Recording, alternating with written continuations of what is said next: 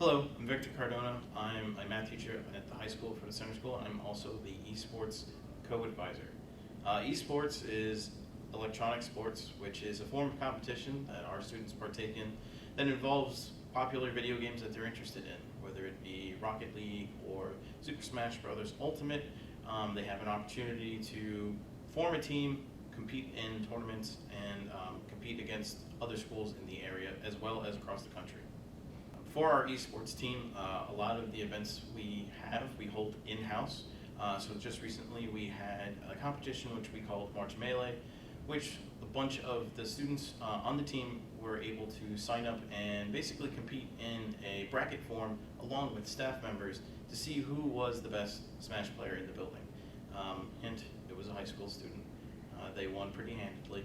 But the opportunity to kind of showcase their abilities in front of their school really propelled the program, and the students took notice.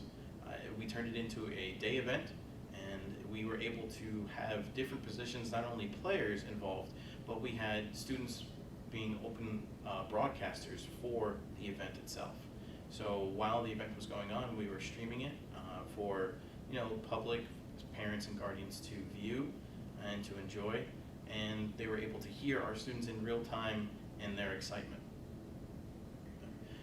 Being a part of the esports team isn't just necessarily that you're a player. Obviously you can be if it's a game that you so want to compete in, but there are other opportunities and other positions amongst the team members that are available. So for example, the broadcasting booth is something that students may not necessarily be comfortable with competing, but want to be involved enough where they can kind of interact with staff members and students and kind of get a feel of what it's like to be behind a broadcasting booth. So for students, there are opportunities in journalism for the team as well. They can write in the school paper as well as a local paper to kind of highlight some of the achievements of the team and kind of upcoming events. So it gives them an opportunity to be involved in what's going on in school, but also to kind of dip their toe into something they may be interested in as far as journalism or reporting and that sort of such.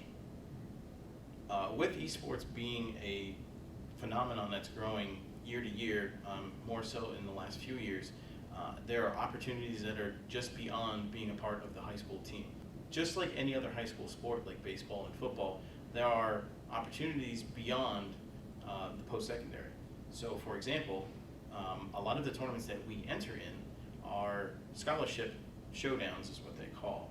So students have an opportunity to earn money for things such as textbooks or any other materials and put it toward their college education.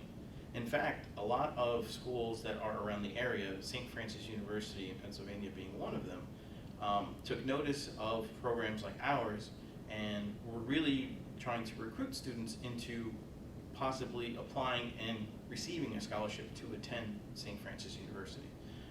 A lot of the schools today are creating arenas and are really expanding their programs to be an inclusive part of education. So a student who may not be a star athlete for their football team can be a star athlete for their esports, and that ability can also help their achievement in getting into college. On top of the benefit of esports allowing opportunities on the collegiate level, it really allows our esports team members to socialize, kind of follow their interests, and really work together on another level. So students who may be shy or may be timid to get into new social interactions tend to be comfortable with the esports. It's something that they know, it's something that they're good at, and it allows a new sense of camaraderie amongst their team members. So the social component is there just like any other team sport would be. It's also very inclusive. You can have a student, especially in these times, who may be remote, still compete and be a part of the team with those who are in school. So having that ability to kind of compete wherever you are and wherever you're comfortable is a big selling point for the esports program. Currently, the Center School's esports team is a part of 3 leagues. One is a national league, One is actually an international league that hosts a lot of tournaments between the United States and Canada. And we also have a local league, which is the state of New Jersey, which is called the Garden State Esports League. We actively compete in tournaments. Our most popular games by far are Rocket League and Super Smash Brothers, but that's not to say that we won't expand sometime in the near future. One of my favorite things to come from the esports team is a story about a particular student who was competing in a tournament over the weekend.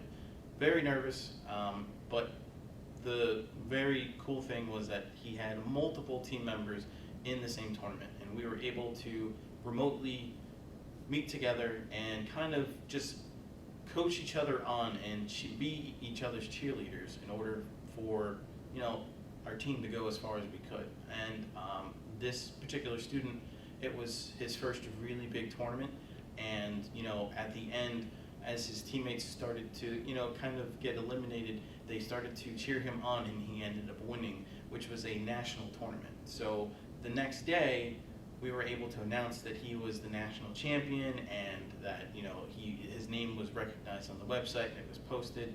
And you know, when he came in the next day, he couldn't help but tell everyone that he had won, and had you heard that, you know, I was part of the tournament. So the pride that he got from being a part of a team, being a part of the experience, and being able to succeed, and for others to be happy for him, was a pretty great moment for